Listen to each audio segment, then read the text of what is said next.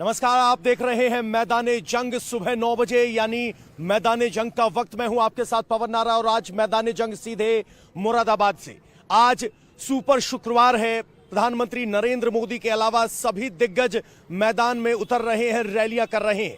आपको बता दें कि प्रधानमंत्री नरेंद्र मोदी आज उत्तराखंड और राजस्थान में रैली करेंगे, तो कांग्रेस के राहुल गांधी आज राजस्थान में 2 रैलियां करने वाले हैं। गृह मंत्री अमित शाह आज महाराष्ट्र और मध्य प्रदेश के दौरे में होंगे, तो राजनाथ सिंह आज सिक्किम के दौरे पर होंगे। यानी वोट की अपील करते हुए ये सब बड़े नेता आपको दिखाई देंगे। आपको बता दें कि आज बीएसपी सुप्रीमो मायावती भी महाराष्ट्र में है। नागपुर में आज वो ताल ठोकती हुई नजर आएंगी और इस तरीके से 19 तारीख को पहले चरण के चुनाव से पहले सभी दिग्गज मैदान में उतर गए हैं। बुलेटिन की शुरुआत करते हैं प्रधानमंत्री नरेंद्र मोदी के ऋषिकेश दौरे की। आपको बता दें कि उत्तराखंड में यह प्रधानमंत्री नरेंद्र मोदी की दूसरी रैली है। यहां पर ऋषिकेश और कहें गढ़वाल और हरिद्वार के उम्मीदवारों के पक्ष में प्रधानमंत्री नरेंद्र मोदी रैली करते नजर आएंगे। गढ़वाल से बीजेपी के मीडिया प्रभारी या कहीं की मीडिया की अगुवाई करने वाले अनिल बलूनी मैदान में हैं। वहीं यहां तीरथ सिंह रावत हरिद्वार से मैदान में है। तो कुल मिलाकर बीजेपी ने 2019 में 4 की 4 सीटें उत्तराखंड से जीती थी और पहली बार उत्तराखंड या कहें कि पहाड़ी स्टेट में बीजेपी दोबारा सरकार बनाने में कामयाब रही थी। इसीलिए अब की बार बीजेपी को उत्तराखंड से विशेष उम्मीदें हैं। आपको बता दें कि उत्तराखंड में दोपहर को ऋषिकेश प्रधानमंत्री नरेंद्र मोदी की रैली है। इसके बाद प्रधानमंत्री नरेंद्र मोदी राजस्थान जाएंगे। सबसे पहले आपको सुनवाते हैं किस तरीके से प्रधानमंत्री नरेंद्र मोदी विपक्षियों पर निशाना साध रहे हैं। आजकल ये इंडी गठबंधन वाले और उनके लोग ये झूठ भी फैला रहे हैं कि मोदी तीसरी बार सरकार में आया तो लोकतंत्र और संविधान खतरे में पड़ जाएगा। मैं जब से राजनीति में आया हूं, ये कोई ऐसा चुनाव नहीं गया है जिसमें उन्होंने ये घिसी पीटी कथा न सुनाई हो। अटल जी की सरकार बनी तब भी ऐसे ही गीत गा रहे थे। इसका मतलब इनकी बैंकरप्सी इतनी है कि इनके पास कोई नया आइडिया भी नहीं है। इमरजेंसी के दौरान क्या लोकतंत्र खतरे में नहीं पड़ा था? पूरब से पश्चिम तक, उत्तर से दक्षिण तक अगर इन लोगों के परिवार का सरकार का एक प्रकार से कब्जा था, चारों तरफ वही नजर आ रहे थे, क्या उस समय लोकतंत्र खतरे में नहीं पड़ता था? एक गरीब का बेटा जैसे ही देश का प्रधानमंत्री बन गया, इन्हें लोकतंत्र और संविधान खतरे में दिखाई देने लगा। ये इंडी गठबंधन वाले कभी गरीब को आगे बढ़ते हुए नहीं देख सकते। प्रधानमंत्री नरेंद्र मोदी जहां राजस्थान के करौली में होंगे, तो वहीं राहुल गांधी भी आज राजस्थान के रण में उतरने वाले हैं। वो जोधपुर और बीकानेर में रैली करेंगे। यानी आज चुनावी मुकाबले में नरेंद्र मोदी का सीधा मुकाबला राहुल गांधी से होने वाला है। देखना होगा कि राहुल गांधी किस तरीके से प्रधानमंत्री नरेंद्र मोदी पर हमला करते हैं और नरेंद्र मोदी किस तरीके से इंडिया अलायंस पर हमलावर होते हैं। यानी आज का रण राजस्थान में तय होगा, नरेटिव राजस्थान की मरुभूमि में तय होगा। हमारे सहयोगी मनीष भट्टाचार्य सीधे हमारे साथ राजस्थान से जुड़ गए हैं। मनीष, आज सुपर शुक्रवार, किस तरह का माहौल और जिस तरीके से बीजेपी राजस्थान में चुनाव जीतने में कामयाब रही, उसके बाद जमीन पर क्या हवा है?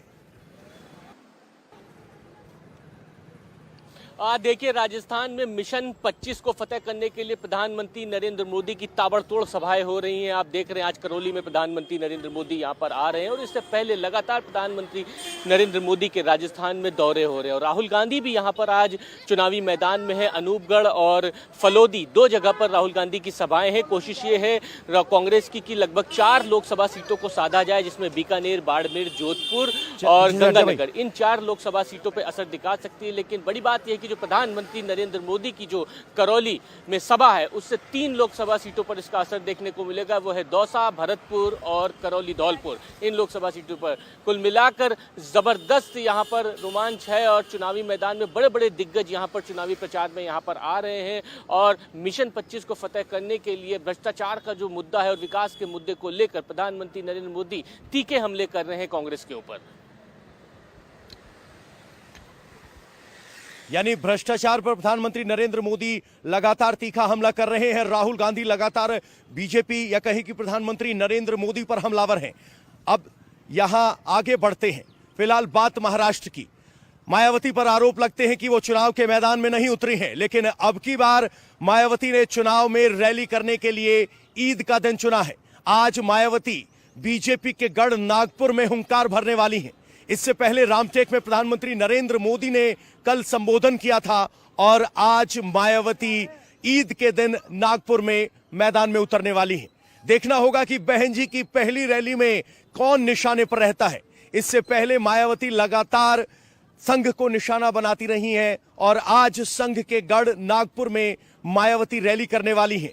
देखना होगा कि उनके निशाने पर कौन होगा, लेकिन ईद के दिन अपने चुनाव प्रचार की शुरुआत कर मायावती ने एक संकेत जरूर दे दिया है मुस्लिम मतदाताओं के लिए कि वो एक विकल्प हो सकती हैं और उनके निशाने पर अगर संघ होगा तो देखना होगा किस तरीके से मायावती संघ को निशाने पर लेते हुए अपनी रणनीतिक बातें सामने रखती हैं। क्योंकि यूपी के चुनाव में मायावती इतनी एक्टिव नजर नहीं आई हैं और उन्होंने अपने चुनावी उद्घोष का शुरुआत करने के लिए नागपुर को चुना है। नागपुर से योगेंद्र तिवारी हमारे साथ हैं। योगेंद्र, मायावती का नागपुर पहुंचना, महाराष्ट्र पहुंचना क्या संकेत दे रहा है? एक तरफ एमवीए है, नागपुर में हमारा संपर्क अभी नहीं हो पाया, वहां चलेंगे, लेकिन आप महाराष्ट्र की राजनीति को समझिए। एक तरफ महाविकास आघाड़ी है तो एक तरफ महायुक्ति है। महाविकास आघाड़ी में कांग्रेस, शिवसेना और एनसीपी शरद पवार गुट है, तो महायुक्ति में एनसीपी पवार, छोटे पवार की गुट की पार्टी शिवसेना उद्धव एक तरफ है और दूसरी उनके साथ बीजेपी है। ऐसे में मायावती इंडी अलायंस की सहयोगी नहीं है। ऐसे में जहां बड़ी संख्या में महाराष्ट्र में दलित मतदाता हैं तो उनकी भूमिका क्या होगी, इस पर सबकी निगाहें रहेंगी। क्या मायावती का कोई इंपैक्ट महाराष्ट्र में हो सकता है? और हमारे सहयोगी योगेंद्र तिवारी हमारे साथ जुड़ गए हैं, आपको उन तक लेके चलते हैं।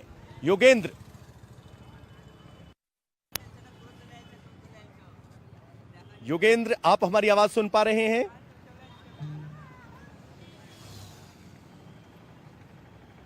लगता है योगेंद्र से हमारा संपर्क नहीं हो पा रहा है। अब आगे बढ़ते हैं। शराब घोटाले में फंसी आम आदमी पार्टी की परेशानियां लगातार बढ़ती जा रही हैं। जहां सुप्रीम कोर्ट ने अरविंद केजरीवाल की अर्जी को तुरंत सुनने से इनकार कर दिया, वहीं आम आदमी पार्टी के विधायक ने इस्तीफा दे दिया। आपको बता दें कि किस तरीके से अरविंद केजरीवाल को पिछले 24 घंटे में 4 झटके लगे हैं। सबसे पहले गिरफ्तारी को लेकर जो सुप्रीम कोर्ट का दरवाजा खटखटाया था, उसमें सुप्रीम कोर्ट ने कहा कि आपको विशेष दर्जा नहीं दिया जा सकता, तुरंत सुनवाई नहीं हो सकती। इसके बाद सुप्रीम कोर्ट ने साफ कर दिया कि सबके लिए कानून एक जैसा है, आपको अपनी बारी का इंतजार करना होगा। जहां कोर्ट ने केजरीवाल की याचिका को खारिज किया, वहीं केजरीवाल का सबसे बड़ा झटका उनकी ही सरकार में मंत्री और विधायक राजकुमार आनंद ने दिया। राजकुमार आनंद ने कहा कि आम आदमी पार्टी भ्रष्टाचार में डूबी हुई है और वो इस्तीफा दे रहे हैं। यही वो राजकुमार आनंद हैं जिसके खिलाफ ईडी ने कार्रवाई की थी और पैसे के लेन देन के मामले में इनके प्रीमाइसेस पर जांच हुई थी। अब वही आनंद केजरीवाल को सबसे बड़ा भ्रष्टाचारी कह रहे हैं। आइए आपको सुनवाते हैं विधायक ने इस्तीफा देने के बाद किस तरीके से अरविंद केजरीवाल पर हमला बोला है। दिल्ली के मुख्यमंत्री को देश की मोदी सरकार जेल में हिटलर शाही की तरह रखना चाहती है। दिल्ली की तिहाड़ जेल को गैस चैम्बर में तब्दील करना चाहती है। अरविंद केजरीवाल अपने वकीलों से अगर बात नहीं करेंगे तो अपना केस लड़ेंगे कैसे? महंगे महंगे वकीलों पे करोड़ों रुपए खर्च करके अरविंद केजरीवाल एक माहौल तो बना सकते हैं, लेकिन सच्चाई नहीं बदल सकते। सच्चाई ये है कि अरविंद केजरीवाल आपने शराब घोटाले में चोरी की है, भ्रष्टाचार किया है और आम आदमी पार्टी इसमें पूरी तरह से दोषी है। टिकता जो आम आदमी पार्टी में शून्य है, इनसे उम्मीद नहीं कर सकते कि ये थोड़ी सी भी इनको शर्मिंदगी होगी। ये जाना चाहते हैं, जय इनका अधिकार है, लेकिन अंततः सच यही है कि अरविंद केजरीवाल भ्रष्टाचारी हैं। तो देखा आपने किस तरीके से आम आदमी पार्टी के विधायक के इस्तीफे के बाद सियासत गर्मा गई है। हमारे सहयोगी भास्कर मिश्रा हमारे साथ हैं। भास्कर, आम आदमी पार्टी लगातार कहती रही है कि हमारे विधायकों को ईडी से डराया जा रहा है, और जब राजकुमार आनंद का इस्तीफा हुआ तो यही जवाब आया। देखा हमने तो पहले ही कहा था। इस इस्तीफे को कैसे देखा जाए? और देखिए पवन, आम आदमी पार्टी के लिए एक बड़ा हथियार उनको जरूर मिल गया। वो पहले ही कह रहे थे कि ईडी की कार्रवाई सिर्फ इसलिए हो रही है कि दिल्ली में आम आदमी पार्टी की सरकार को गिराने की कोशिश है, उनके विधायकों को तोड़ने की कोशिश है, उनके मंत्रियों को खरीदने की कोशिश है, और उसी दिशा में ये आरोप आम आदमी पार्टी के द्वारा लगाए गए। लेकिन ये भी संगीन है जिस हिसाब से दिल्ली के एक कैबिनेट मिनिस्टर मीडिया के सामने आते हैं और वो कहते हैं कि भ्रष्टाचार से लड़ने वाली पार्टी अगर खुद भ्रष्टाचार करे तो उसमें अब सफोकेशन हो रहा है।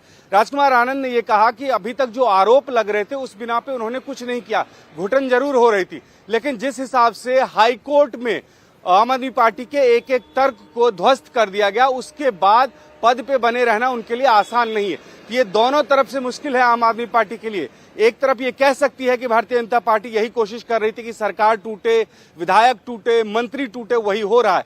लेकिन दूसरी तरफ एक मंत्री जिसके बारे में वो खुद कहते थे कि आम आदमी पार्टी का सच्चा सिपाही है, हम लोग दूसरी मिट्टी के बने हुए हैं, वो अगर आके कहते हैं, वो भी ऐसी घड़ी में जब कोर्ट से भी आपको राहत नहीं मिल रही है और हर तरफ आपके ऊपर में हमले हो रहे हैं, उसके बाद अगर आपका एक मंत्री खुद आके कह रहा है कि एक ऐसी पार्टी जो भ्रष्टाचार में लिप्त है उनके साथ मैं नहीं रह सकता हूं, ये बहुत बड़ा सवाल है आम आदमी पार्टी के लिए भी। उनको भी अपना घर अब मजबूत करना पड़ेगा। सिर्फ इस बिना पे नहीं बच सकती है आम आदमी पार्टी ये कह के कि तोड़ने की कोशिश हो रही है। ये दो तरफा कार्रवाई होती है। अगर तोड़ने की कोशिश हो रही है तो टूट भी रहा है आपका विधायक और मंत्री, और इसका ख्याल आप ही को रखना होगा। इस सवाल का जवाब भी आप हमारे साथ बने रहिए।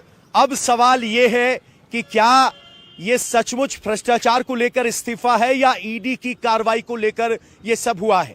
आपको बता दें कि राजकुमार आनंद के आधिकारिक आवास पर ईडी ने छापेमारी की थी।